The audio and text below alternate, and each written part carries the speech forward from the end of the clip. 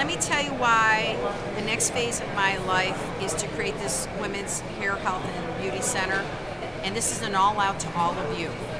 I am 54 years old and I've paid my dues like everybody else. And we just got done talking about life in general and careers and relationships and 20, 30, 40, and 50. And I'm sitting here with no hair on my head in the middle of Grand Central. And yet I still keep being drawn to the thing that makes us do what we need to do. You have to love your life enough, to value it enough, to make a difference yourself, to yourself, before you can give it to anybody else.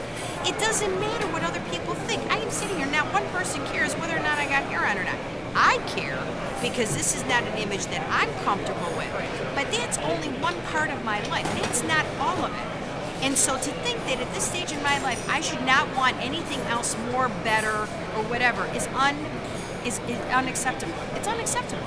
Why women would not care about moving their life forward or stay in a relationship that doesn't work, or wearing the same lipstick for 90,000 freaking years, and I mean, are not changing anything about them because for whatever reason the fear factor is greater than what the joy might be on the other side.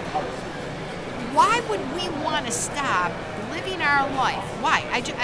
And why do we want to give our life to somebody else when we don't, when the value of it is really to us in our experiences and what we want? There has to be some, you have to acknowledge the pain in order to go the next time. You can't just say that it hurts too much and I don't want to do it anymore. Or it's not, there's no money in it, or the rejection is too hard, no one's going to like me. At the end of the day, who cares? Nobody cares. Nobody cares. You care. And then what you'll draw to you are those same people that care. I tell you honestly, the only reason I'm able to do this is because you're sitting here with me, and I feel as though I'm not by myself. But yes, if I had to, I probably would. But it's not about that. It's who do you embrace in your community that you want to be part of you, so it's not just you fighting life by yourself. And I don't want to be immune to it. I want to be engaged in my life. I don't want to not feel things. You know, I'm not thrilled that today's Terry's anniversary of her passing at 26 years old. But, you know, I don't want to ever forget how that impacted me. I don't want to forget how it impacted me that my dad died. I don't want to forget how important all those things were and those people in my life. And they made me who I am. I don't want to just take a pill and say, oh, I don't want to feel that pain. That's what's brought me to here. And that's why I've been able to work with as many women as I have, because we all have stories. We all have stories. Some of us bigger ones, some of us bigger ones, but we all have a story. And a lot of stuff we don't even know because we won't even let other people in on that. But where's the privacy? What is that about? What could possibly be tormenting that no one else has already been tormented with? You know, mine happens to be the hair. You know, other people it's obesity. Other women it's their teeth and their skin and this thing and the other thing, or an illness. Sandra's now got myasthenia gravis. I mean, I never thought in my life that I'd be dealing with my siblings that were having health issues. But I'm not going to cow down and say, okay, it's not worth living anymore, and that's it. I'm done. I'm not willing to do that. I'm not willing to do that. I'm not.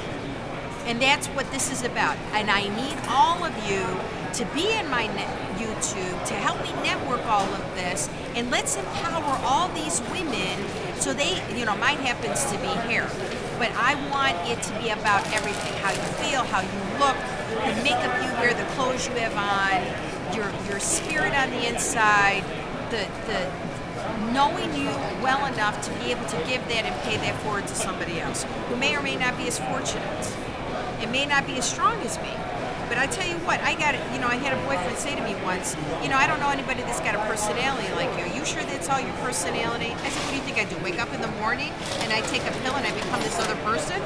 Like Dr. Jekyll and Mr. Hyde? It was the stupidest thing anybody ever said to me. But it made me think that he was not the one with the problem, it was me. I thought I was the one messed up in my head. And then when he said that to me, it's like I wanted to beat the hell out of him. I said, are you out of your mind? I'm not going to be a negative person person just because I've had negative things happen. Exactly. Hello? Exactly. And that was before Terry died. That wasn't even before I'd even started experiencing what pain was. That was pain, not other stuff. And that's it for now, because now I'm getting really upset and emotional.